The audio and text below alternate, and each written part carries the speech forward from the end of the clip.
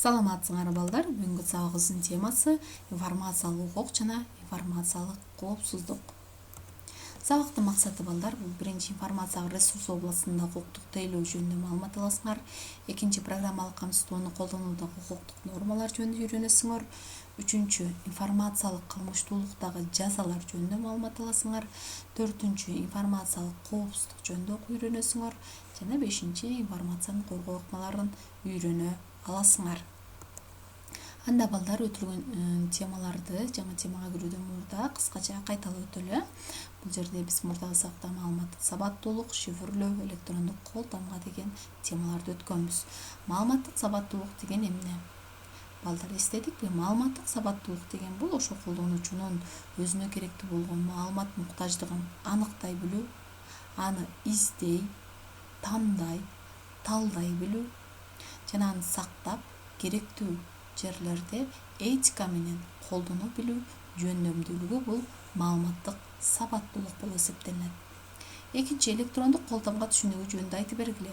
Электрондук кол тамга балдар бул электрондук файлдарда жана электрондук документтерде колдонулган кол тамга болуп эсептелинет жана ал шифрлөө механизми негизинде жүргүзүлөт.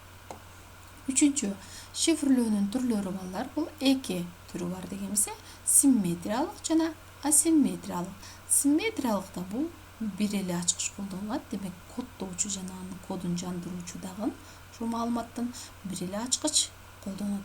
Ал эми асимметриялыкта болсо бул эки ачкыч колдонулат. Бул колдонуучу жана коддоочу жана кодун жандыруучу бул өз-өзүнчө ачкыч колдонулат.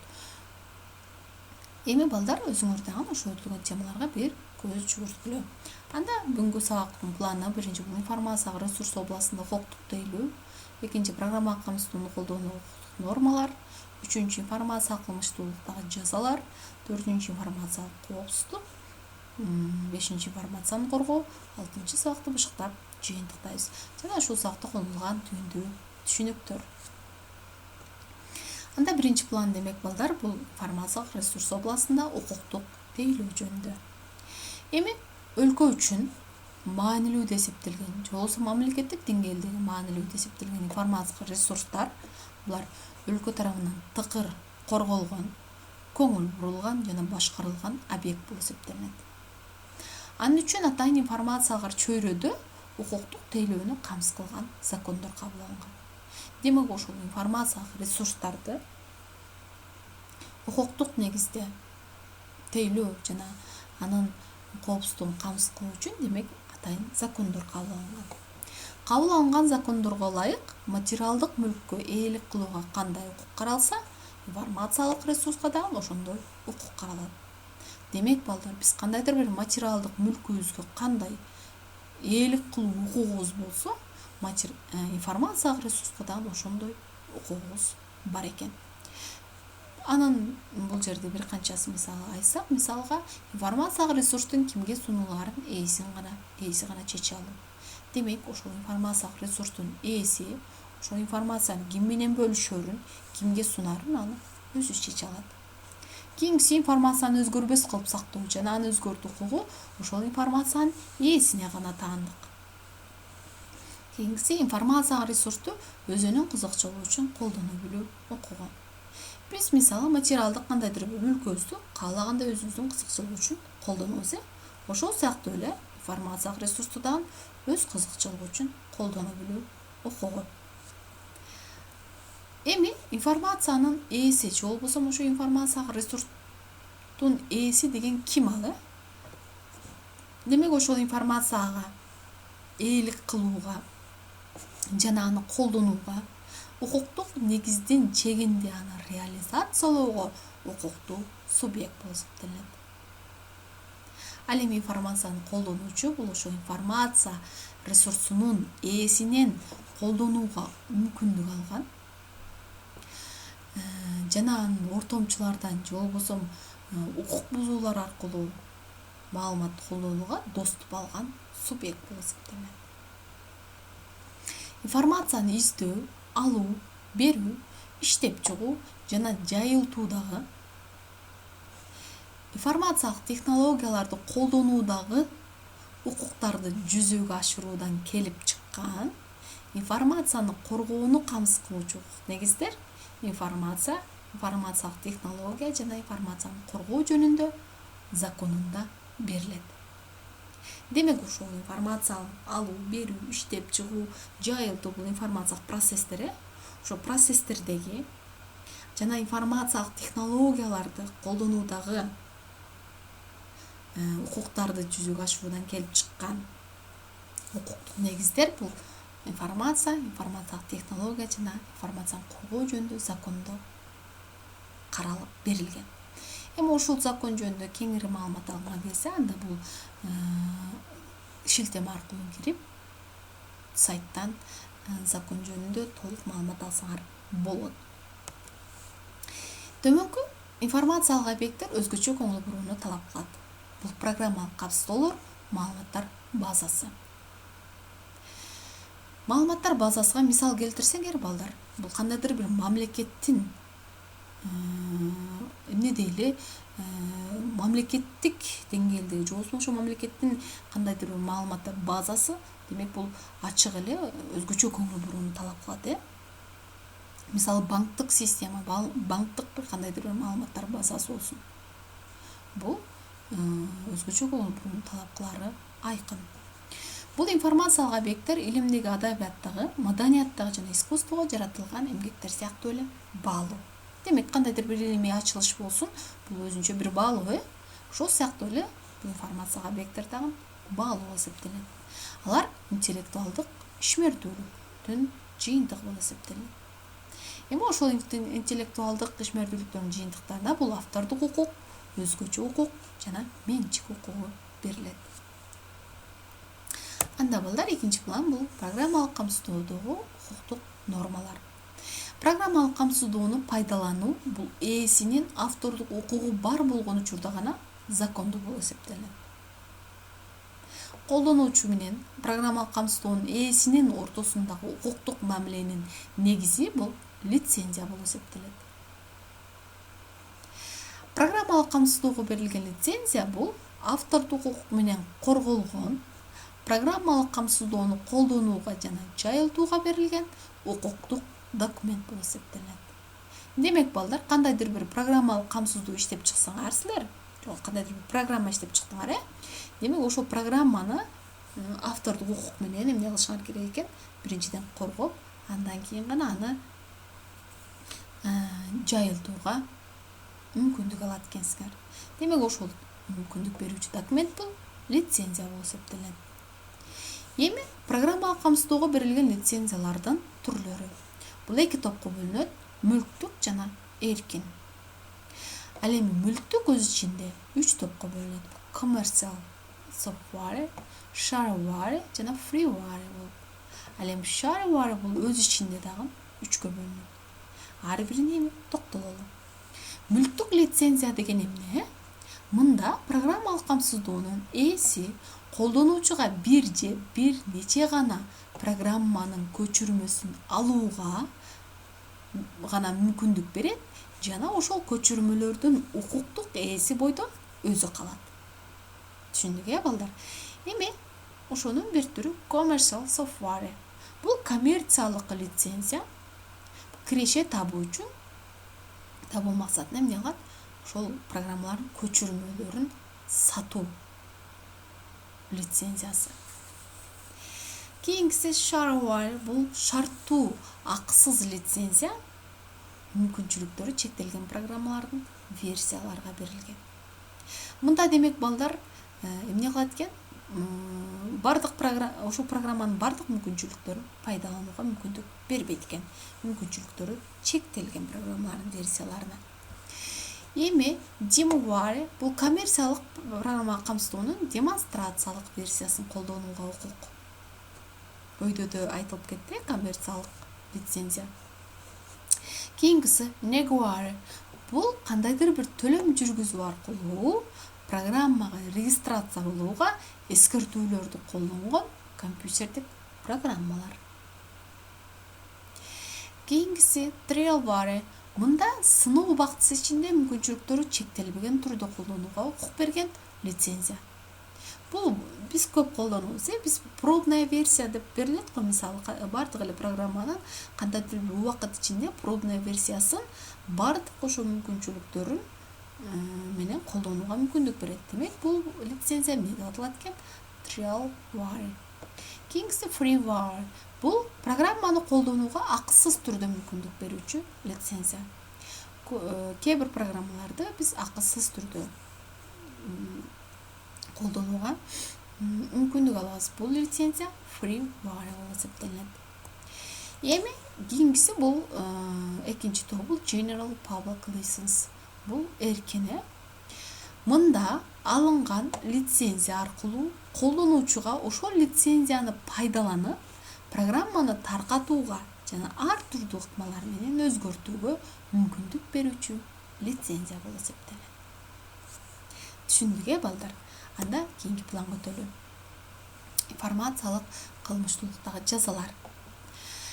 Информация кылмыштуулуктагы жазалар бул компьютердик программалык чөйрөдөгү кылмыштуулук деген закондо каралган.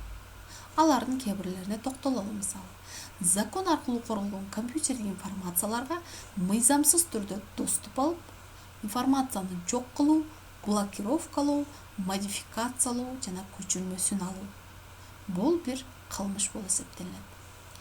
Кийинкиси уруксатсыз же лицензиясыз компьютердик программаларды жана информацияларды түзүү, колдонуу жана жайылтуу.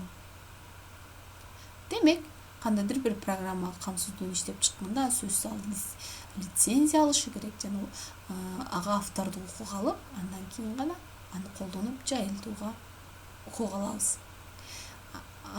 Кийинкиси корголгон компьютердик информацияларды сактоочу каражаттарын информациялык иштетүүчү жана алмашууну камсыз кылган информациялык коммуникациялык тармактарда колдонулган жабдууларды мыйзамсыз эксплуатациялоо.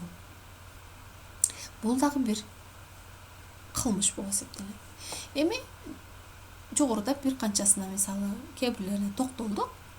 Эми ошол информациялык кылмыштардын оорлугуна жана келтирилген зыяндарына жараша акчалай чоң көлөмдөгү штрафтар жана эркиндикти чектеген 7 жылга чейинки жазалар каралат.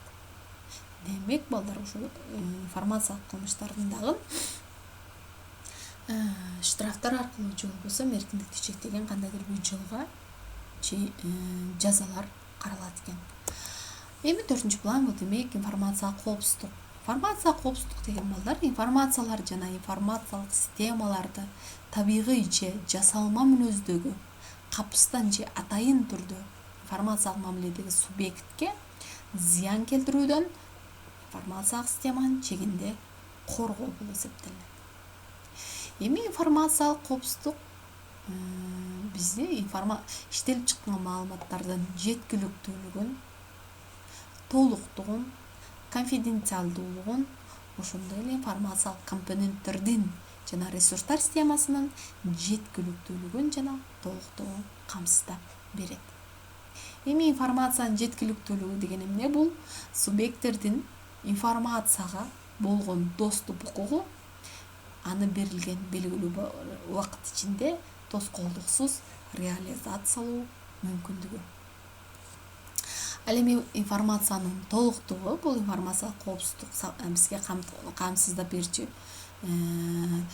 Бул информацияны сактоо жана алмашуу процессинде аны ички мазмунунун жана структурасынын сакталышы.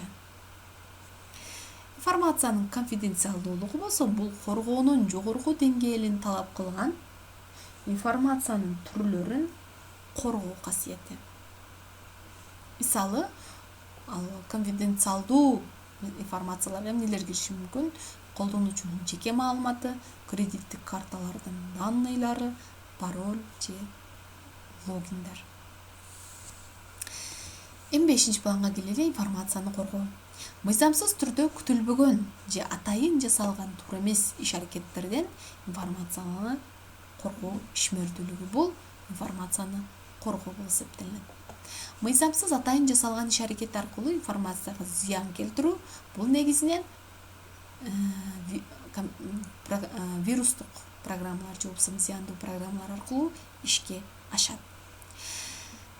Эми мыйзамсыз күтүлбөгөн иш-аракет аркылуу информацияга зыян келтирүү негизинен колдонуучунун катачылыгынан, техникалык жана программалык каражаттардын збой болуусунан жана жаратылыш кубулуштарынан улам келтирилет. Эми жеке колдонуучу өзүнүн компьютеринде информацияларды төмөнкүдөй түрдө коргой алат. Биринчи бул үзгүлтүксүз электр менен камсыз кылуу блогун ар дайым колдонуу аркылуу биз өзүбүздүн информацияларды коргой алат экенбиз. Кийинкиси сырткы эстерге мезгил менен резервдик көчүрмөлөрдү жүргүзүү аркылуу. Бул ошол маалыматтардын жок болуп кетишинен же болбосо ошол маалыматтарга зыян келтирүүсүнөн сактай алат бул дагы резервдик көчүрмөлөрдү жүргүзүү. Кийинкиси ар дайым антивирустук программаларды колдонуу жана ал программанын базасын жаңылап туруу. Компьютерде антивирустук текшерүүнү жүргүзүү аркылуу дагы биз өзүбүздүн информацияларыбызды коргой алат экенбиз.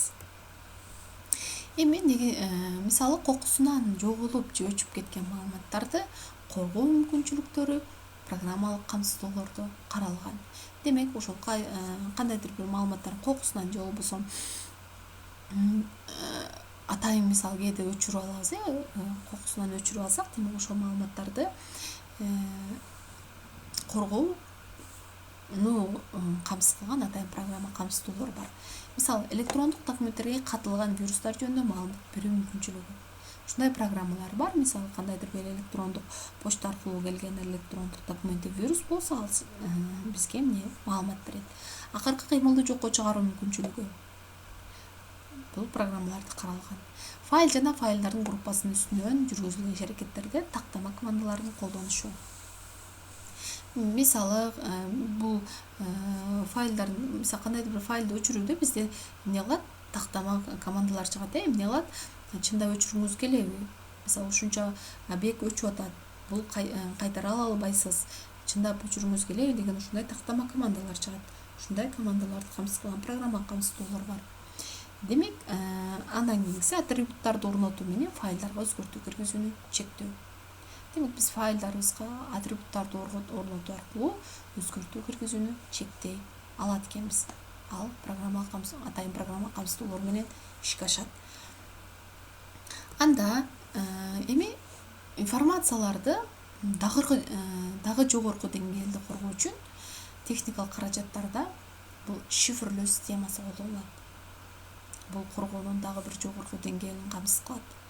Мында криптография деген түшүнүк келет. Криптография деген бул информациянын толуктугун коргоо жана шифрлөө ыкмалары менен алектенүүчү илим.